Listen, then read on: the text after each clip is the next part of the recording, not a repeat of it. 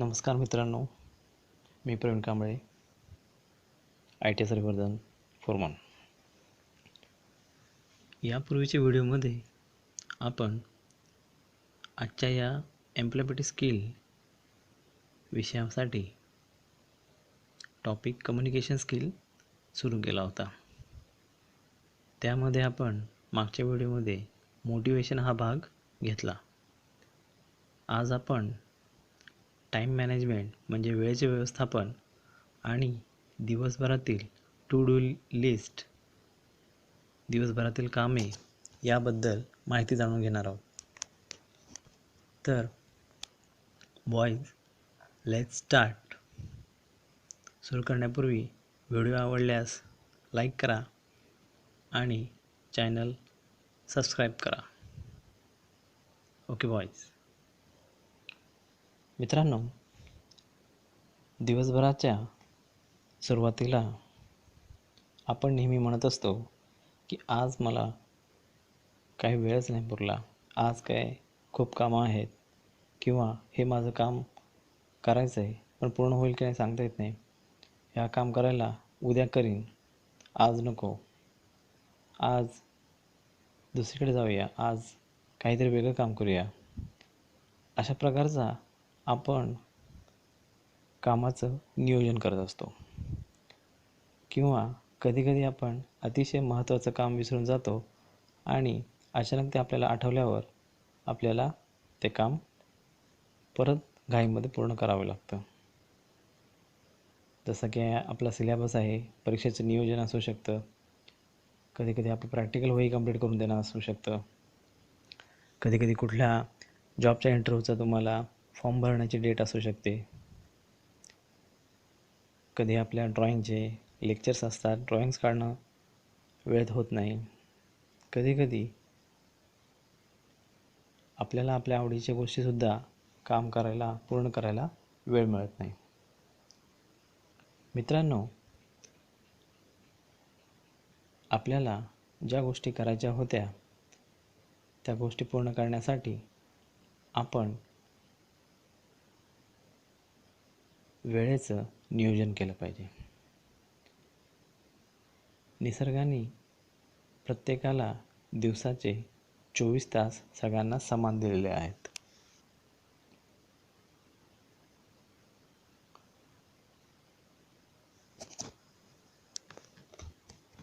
So, we have to plan how we can maximize the available time and what is the meaning of time management.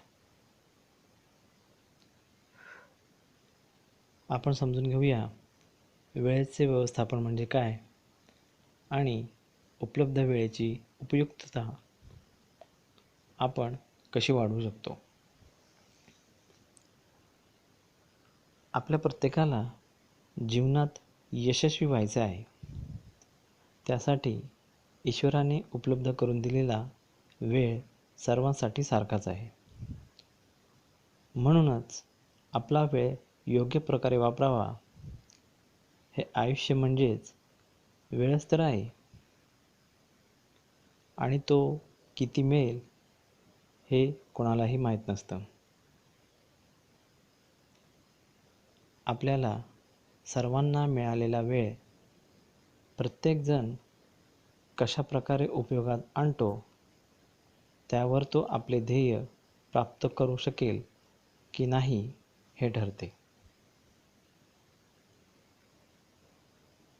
ज्याला वेळ अपुरा पडतो त्यालाच वेळेचे व्यवस्थापन करावे लागते. इतरांसाठी वेळच वेळ असतो, ज्यामुळे तुम्ही एखाद्या ध्येयाचा मागे असता तेव्हाच वेळेचे महत्त्व तुम्हाला कळू लागते. वेळेचे उत्कृष्ट व्यवस्थापन केलेल्या उच्च कोटीच्या ध्येयापर्यंत पोहोचता येते.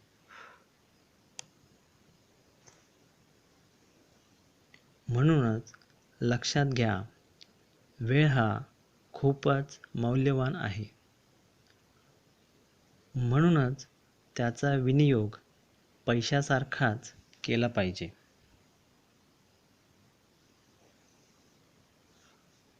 प्रत्येकाला जर सारखाच वेळ उपलब्ध आहे, तरी काही लोक जीवनाच्या वाटेवर आपल्यापेक्षाही खूप पुढे निघून जातात. असे का? याचे कारण म्हणजे ते वेळेचे नियोजन उत्तम प्रकारे करतात. उपलब्ध असलेल्या वेळेची उपयुक्तता खूपच वाढवतात. म्हणजेच वेळेचे उत्तम व्यवस्थापन करतात.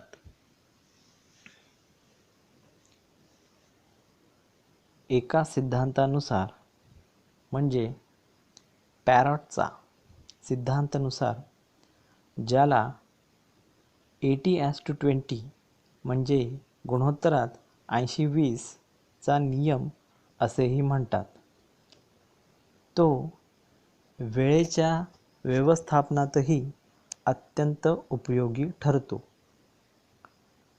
त्यानुसार योग्य नियमन केले तर आपली 80% महत्त्वाची कामे एकूण वापरलेल्या वेळेच्या 20% वेळेतच झालेली आढळतात. यावरून दुसरा निष्कर्ष असाही काढता येतो की आपला 80% वेळ हा कमी महत्त्वाच्या दुय्यम अशा 20% कामांवर खर्च होत असतो. हा 80% वेळ तुम्हाला अनेक महत्त्वाच्या कामासाठी अतिरिक्त मिळत असतो. या वेळेचे नियोजन तुम्हाला यशस्वी बनवत असते. आता आपण टाईम मॅनेजमेंटच्या वेळेच्या व्यवस्थापनाच्या पुढच्या भागाकडे जाऊया. We will discuss about the importance and urgency. महत्त्व आणि तातडी. We will see the graph of importance and the urgency.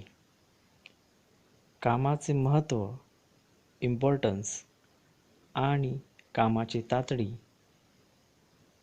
गरजेची तीव्रता अर्जन्सी यांचा परस्पर संबंध दर्शविणारा आलेख पाहूया.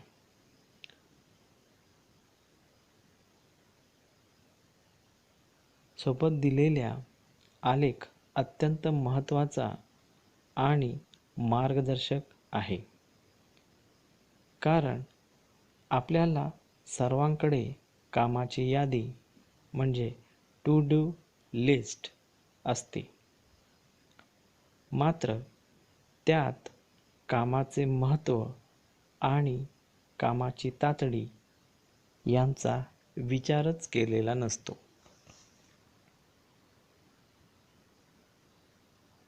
जसे समजा आपल्या कामाच्या तीव्रता अर्जन्सी आणि इम्पॉर्टन्स कामाच्या महत्त्वानुसार 4 भाग केले तर ते असे होतील की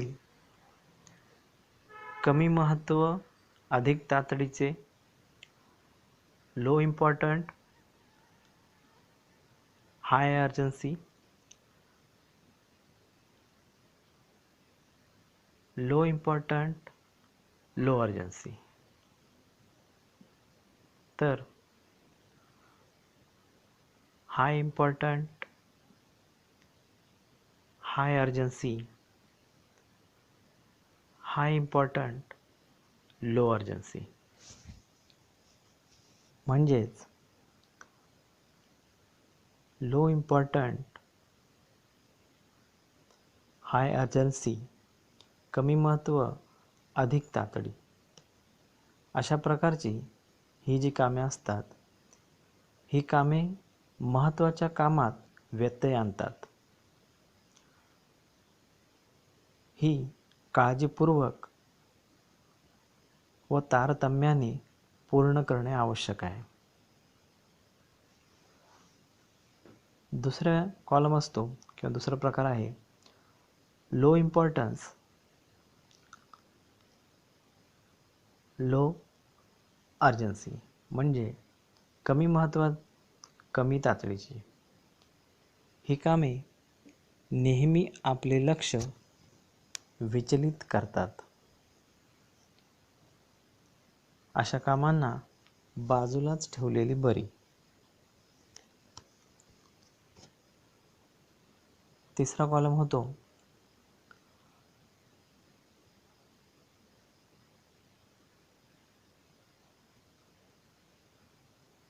हाय इम्पॉर्टंट,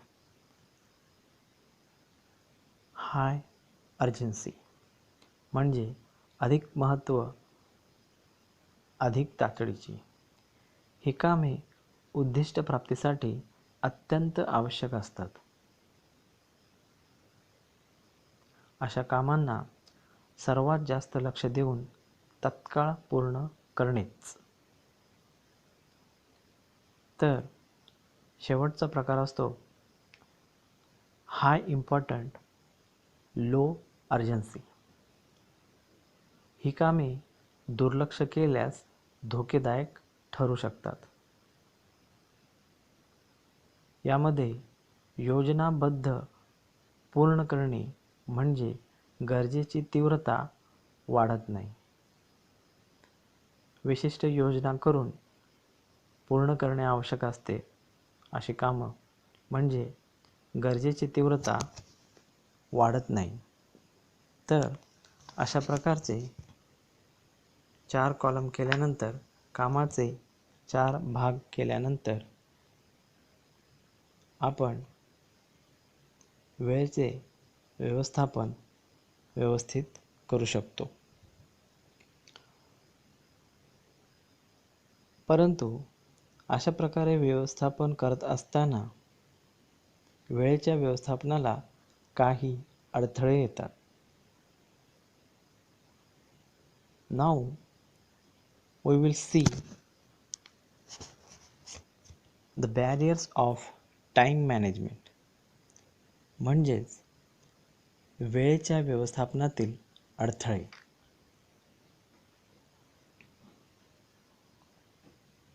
सर्वात पहिले कामाचे महत्त्व आणि कामांची तातडी यांचा विचार नसलेली कामांची यादी हाच वेळेच्या व्यवस्थापनातील पहिला अडथळा असतो. प्राधान्यक्रम उलटसुलट झाल्यामुळे वेळेचे संपूर्ण नियोजनच बिघडते. 2. वेळेच्या व्यवस्थापनातील दुसरा अडथळा म्हणजे कामाच्या ठिकाणी असलेल्या आसपासच्या वातावरणाचा, परिस्थितीचा अडथळा. यात पुढील अडथळे येतात. म्हणजे बघा, सतत फोन येतो, सतत सहकारी येऊन त्यांच्याशी बोलावे लागणे, सतत जर ईमेल संपर्क साधून असावे लागणे, व्हॉट्सअपचे चॅट करणे, टिकटॉकचे व्हिडिओ पाहणे, पबजीचा कॉल येणे, अशा प्रकारचे अनेक किंवा विविध अडथळे येऊ शकतात. महत्त्वाची कामे करताना असे अडथळे येणार असतील तर कामासाठी अशी वेळ निवडावी की अडथळे, व्यत्यय कमीत कमी असेल, किंवा सरळ कामाच्या ठिकाणी डू नॉट डिस्टर्ब चा फलक लावावा, फोन बंद करावा आणि तातडीची व महत्त्वाची कामे वेळेतच उरकून घ्यावी. 3. तिसरा अडथळा. आता तिसरा अडथळा म्हणजे स्वतःविषयी ओव्हर कॉन्फिडन्स, अतिरिक्त आत्मविश्वास बाळगणे. मी अनेक कामे एकत्र करून पूर्णच करून दाखवितो असा हट्ट बाळगणे. कारण अशा प्रकारे सर्व कामे पूर्ण झाली तर उत्तमच असतात, मात्र अर्धवट राहिली तर ते एकूणच वेळेच्या व्यवस्थापनाला संपूर्णपणे बिघडवते. म्हणजे विद्यार्थी दशेत मी प्रॅक्टिकल पण संपवून टाकीन, मी त्याची थेअरी पण लिहून टाकीन, मी ड्रॉइंग पण एका दिवशी कंप्लीट करून टाकीन. तर तसं न करता थोडा थोडा वेळ जर तुमच्या वाचनाला, अभ्यासाला, तुमच्या मोबाईल्सवरचे गेम खेळण्यासाठी दिलात तरी तुमचा अभ्यास आणि इतर तुमच्या आवडी पूर्ण होऊ शकतात. 4. दिरंगाई किंवा चालढकल. म्हणजे प्रोक्रॅस्टिनेशन. काही लोक कष्टाळू तर काही कष्ट टाळू असतात. म्हणजे कष्टाळू तर काही कष्ट टाळू असतात. एकदा का चालढकल करण्याची सवय लागली की सगळीच कामे पुढे जाऊ लागतात. कामे अपूर्ण राहतात किंवा पूर्ण झाल्यासारखी वाटली तरी ती अव्यवस्थितपणे होतात. त्यामुळे कामाच्या ठिकाणी एकंदरीतच गोंधळाची, तणावाची परिस्थिती निर्माण होते. म्हणूनच विकासासाठी आणि ध्येयप्राप्तीसाठी चालढकल करण्याची प्रवृत्ती अत्यंत घातक आहे. 5. आळशीपणा. हा तर सर्वांचा सुविचारात शत्रू आहे, पण प्रॅक्टिकली मित्र बरेच जणांचा असू शकतो. पण आपली कोणतीही ऊर्जा खर्च न करण्याची मानसिकता म्हणजेच आळस. आळस हा एखाद्या गोष्टीचा कंटाळा करणे, तो टाळणे, चालढकल करणे, दिरंगाई करणे या प्रक्रियांशी निगडीत आहे. चालढकल करण्यामुळे निदान काहीतरी कामे तरी होतात, मात्र संपूर्ण आळशीपणामुळे कामेच होत नाही. काही लोक कामाला उत्साहात सुरुवात करतात, मात्र काही काळाने त्यांच्यातला उत्साहच मावळतो आणि वेळेचे व्यवस्थापन संपूर्ण कोलमडते. 6.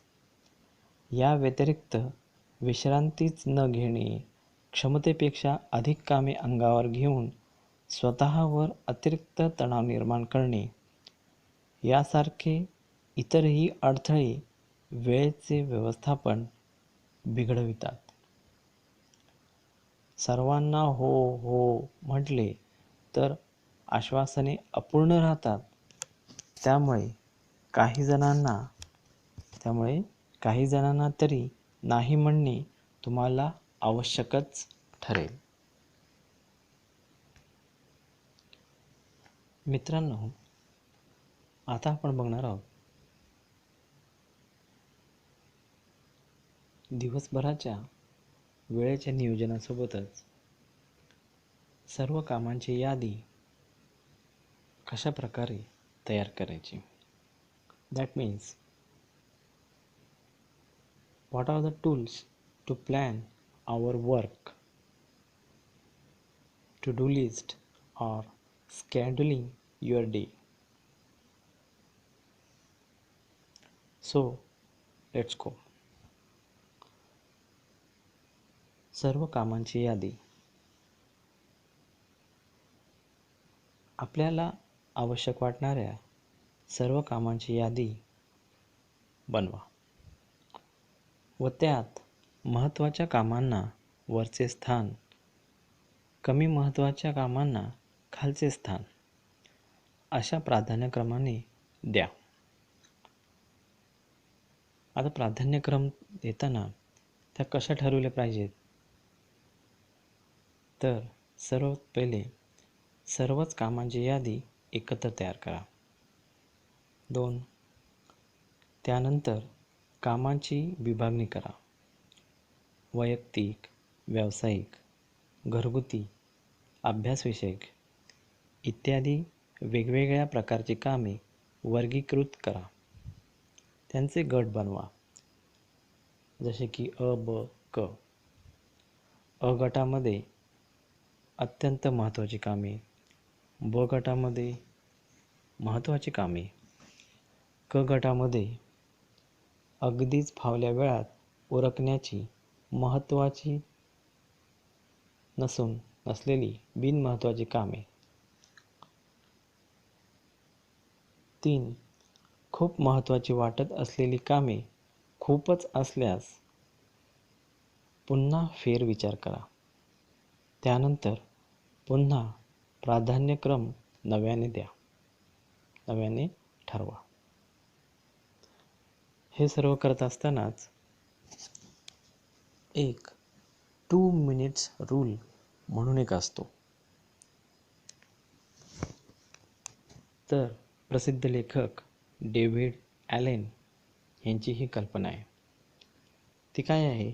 वेळेचे नियोजन या विषयाचे प्रसिद्ध सल्लागार व लेखक डेव्हिड ॲलेन यांची ही संकल्पना काय आहे? त्यांच्या मते अशा बऱ्याच गोष्टी असतात ज्या 2 मिनिटापेक्षाही कमी वेळात साध्य केल्या जाऊ शकतात. त्या त्वरित करून घ्याव्यात. या वेळेत कमीत कमी ऊर्जा व अवधी लागणारी कामे करून घ्यावीत. त्यामुळे बुद्धीला व शरीराला चालना मिळते व आपण जास्त वेळ लागणारी अत्यंत अन्य कामे करण्यासाठी या उत्तेजनाचा उपयोग करू शकतो.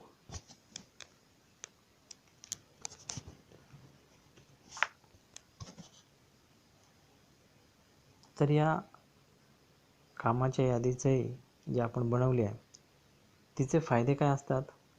What are the advantages of to do list?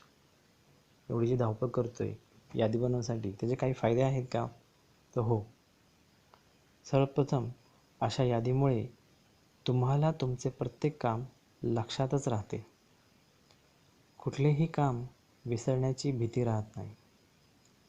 कामाचा व्याप अचानक खूप वाढल्यास अशा यादीमुळे कामे उरकण्यास खूप कमी वेळ लागतो.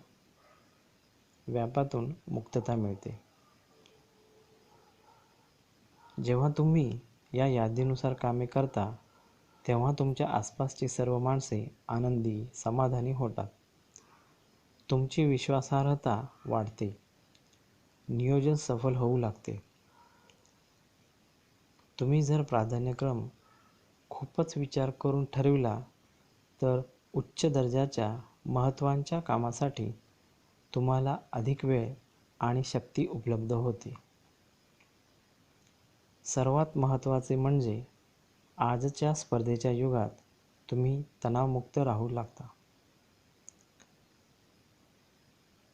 असे निदर्शनास आले आहे की ज्या क्षणापासून लोक अशी यादी करू लागतात तिथेच त्यांच्या पहिल्या सफलतेचा प्रारंभ होतो व यशाची वाटचाल सुरू होते.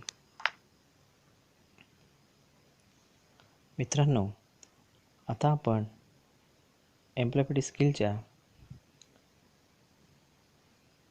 टॉपिक कम्युनिकेशन स्किल यामधील टाईम मॅनेजमेंटच्या शेवटच्या भागाकडे आलो आहोत. दिवसभराचे नियोजन, स्केड्युलिंग युअर डे. दिवसभराचे नियोजन करताना काही मुद्दे हे लक्षातच ठेवले पाहिजेत. सर्वात पहिला मुद्दा नियोजन. सकाळी कामाला सुरुवात करण्याआधी 15 मिनिटे दिवसाचे नियोजन केल्याशिवाय कामाला सुरुवात करायचीच नाही असा दंडक घाला. मात्र खूप मोठी टू डू लिस्ट करण्यात वेळ घालवू नका. कारण अनेकदा ही कामांची यादी खूप मोठी आणि कामाचा वेळ खूप कमी अशी स्थिती होते आणि आपल्यावर ताण वाढतो. 2. मगाशी सांगितल्याप्रमाणे 80-20 नियम, 80-20चा नियम. तुमचे 80% यश हे 20% कामावर अवलंबून असते. त्यामुळे कोणत्या कामाला प्राधान्य द्यायचे हे आधी ठरवून घ्या. बऱ्याचदा आपण आपला वेळ महत्त्वाच्या कामाऐवजी लहान कामे करण्यात घालवितो. त्यामुळे आपण अपयशी ठरतो. अगदी यश मिळालेच नाही तरी ते खूपच उशिरा मिळते. 3. कामात व्यत्यय. कितीही ठरवले तरी कामात छोटे मोठे अडथळे येतातच. काही अचानक आलेल्या समस्या सोडविणे, एखादं काम करणं अत्यावश्यकच ठरतं. त्यामुळे वेळ बाजूला काढून ठेवा. 4. कामाची सुयोग्य आखणी. निव्वळ काम पूर्ण करण्याला अर्थ नाही, तर ते काम नेमून दिलेल्या किंवा ठरविलेल्या वेळातच नीट कसं होईल याकडे लक्ष द्या. अशा वेळी लक्ष देताना जास्त वेळ लागू शकतो. तसेच कोणतेही काम पहिल्यांदा करताना, शिकताना त्याला वेळ हा लागतोच. तुमच्या नियोजनात याचीही नोंद घेऊन त्याप्रमाणे कामाला वेळ द्या. 5. नकाराचा वापर. सगळी कामे केलीच पाहिजेत असे नाही. तसेच वाजलेला फोन प्रत्येक वेळी उचललाच पाहिजे असे नाही. मेलबॉक्सला लगेच उत्तरे दिलीच पाहिजेत असेही नाही. प्रत्येक वेळेस टिकटॉक, पबजी हे खेळले पाहिजे याची आवश्यकता नाही. 6. सुपरमॅन होण्याचा प्रयत्न नको. सर्वात महत्त्वाचे म्हणजे मी सगळ्याच गोष्टी करून दाखवतो असा अट्टाहास मुळीच नको. कारण मानवाला मर्यादा असतात. त्यामुळे राहिलेल्या कामाचा ताण घेण्याऐवजी दुसऱ्या दिवशीच्या नियोजनात ते कसे पूर्ण करता येईल असा विचार करावा. धन्यवाद मित्रांनो. तर आज हा आपला कम्युनिकेशन स्किल या चॅप्टरचा शेवटचा भाग होता. तुम्हाला व्हिडिओ आवडल्यास लाईक करा, शेअर करा. DVT ई-लर्निंग चॅनलला सबस्क्राईब करा. डिस्क्रिप्शन बॉक्समध्ये तुम्हाला मॉक टेस्टची लिंक दिलेली आहे. त्याच्यावर तुम्ही जाऊन सब्जेक्टमधील मॉक टेस्ट देऊ शकता. थँक्यू.